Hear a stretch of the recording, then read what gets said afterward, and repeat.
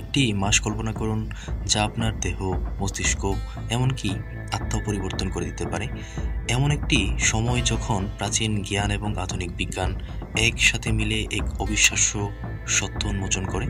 কিন্তু আসল চমকটা কি জানেন? আজকের বিজ্ঞানীরা বলছেন রমজানের রোজার এমন কিছু অবিশ্বাস্য উপকারিতা রয়েছে যা কেবল ধর্মীয় অনুশীলনের মধ্যে সীমাবদ্ধ নয়। এটি ব্রেন পাওয়ার বৃদ্ধি করা থেকে শুরু করে শরীর ডিটক্স করা পর্যন্ত অসংখ্য বৈজ্ঞানিক সুবিধা দেয়। তাহলে রোজার এই লুকায়িত বিজ্ঞান কি? কেন কোটি কোটি মানুষ একটি পুরো মাস ধরে উপবাস রাখেন? আর ইতিহাসের গভীরে লুকিয়ে থাকা সেই রহস্যটি বা কী? তাহলে চলুন আজ আমরা রমজানের অজানা কাহিনী উন্মোচন করি একদম নতুনভাবে। রমজানের ইতিহাস শুরু হয় ৬১০ খ্রিস্টাব্দে, যখন নবী মুহাম্মদ সাল্লাল্লাহু আলাইহি সাল্লাম হেরা গুহায় প্রথমবারের মতো ফেরেশতা জিবরাইল আলাইহিস সালামের মাধ্যমে কোরআনের ওহী লাভ করেন।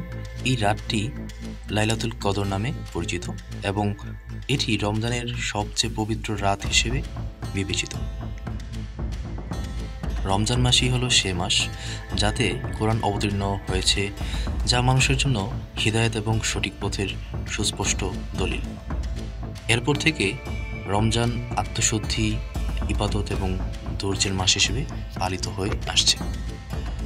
প্রথম দিকে রোজা রাখা বাধ্যতামূলক ছিল না, তবে ৬২২ খ্রিস্টাব্দে মহানবী সাল্লাল্লাহু আলাইহি সাল্লাম মদিনায় হিজরত করার পর রমজানের রোজা সকল প্রাপ্তবয়স্ক মুসলমানদের জন্য ফরজ করা হয়। হে ঈমানদারগণ, তোমাদের উপর রোজা ফরজ করা হয়েছে, যেমন ফরজ করা হয়েছিল তোমাদের পূর্ববর্তীদের ওপর, যাতে তোমরা তাকওয়া অর্জন করতে পারো। এই আয়াত থেকে বোঝা যায় যে রোজার প্রচলন শুধু ইসলামী নয়, বরং পূর্ববর্তী ধর্মগুলোতেও ছিল। রমজানের আধ্যাত্মিক এবং নৈতিক শিক্ষা, যেমন আত্মনিয়ন্ত্রণ এবং ধৈর্যবৃদ্ধি, কৃতজ্ঞতা ও সহমর্মিতা বাড়ানো, দানশীলতা ও দুস্থদের সাহায্য করা, শরীর এবং আত্মার বিশুদ্ধি অর্জন। কিন্তু শুধু ধর্মীয় দৃষ্টিকোণেই নয়, বৈজ্ঞানিক গবেষণায় প্রমাণিত হয়েছে যে রমজানের রোজায় রয়েছে অসাধারণ স্বাস্থ্য উপকারিতা।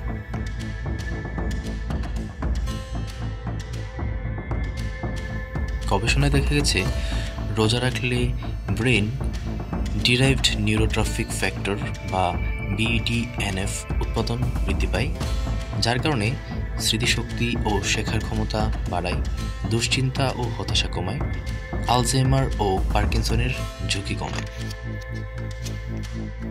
২০১৮ সালে এজিং রিসার্চ রিভিউজ জার্নালে প্রকাশিত এক গবেষণায় দেখা গেছে রোজা নতুন মস্তিষ্ক কোষ তৈরিতে সাহায্য করে এবং বুদ্ধিমত্তা বাড়ায়। রোজার সময় শরীর অটোফেজি নামক একটি প্রক্রিয়ার মাধ্যমে নিজেকে পরিশোধন করে, যেখানে ক্ষতিগ্রস্ত ও পুরনো কোষ দূর হয়ে যায়, যা শরীরের বিষাক্ত টক্সিন বের করে, পরিপাকতন্ত্রের স্বাস্থ্য উন্নত করে, প্রদাহ ও পেটের ফোলা কমায়।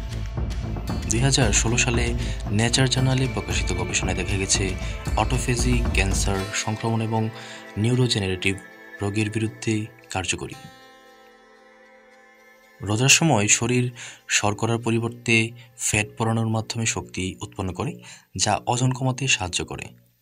খারাপ কোলেস্টেরল, যেটি হচ্ছে LDL, সেটা কমায়, রক্তে শর্করার পরিমাণ নিয়ন্ত্রণ করে, ফ্যাট মেটাবলিজম বৃদ্ধি করে। ২০১৯ সালে obesity research and clinical practice জার্নালে প্রকাশিত গবেষণায় দেখা গেছে রোজার মতোই ইন্টারমিটেন্ট ফাস্টিং ওজন কমাতে কার্যকরী।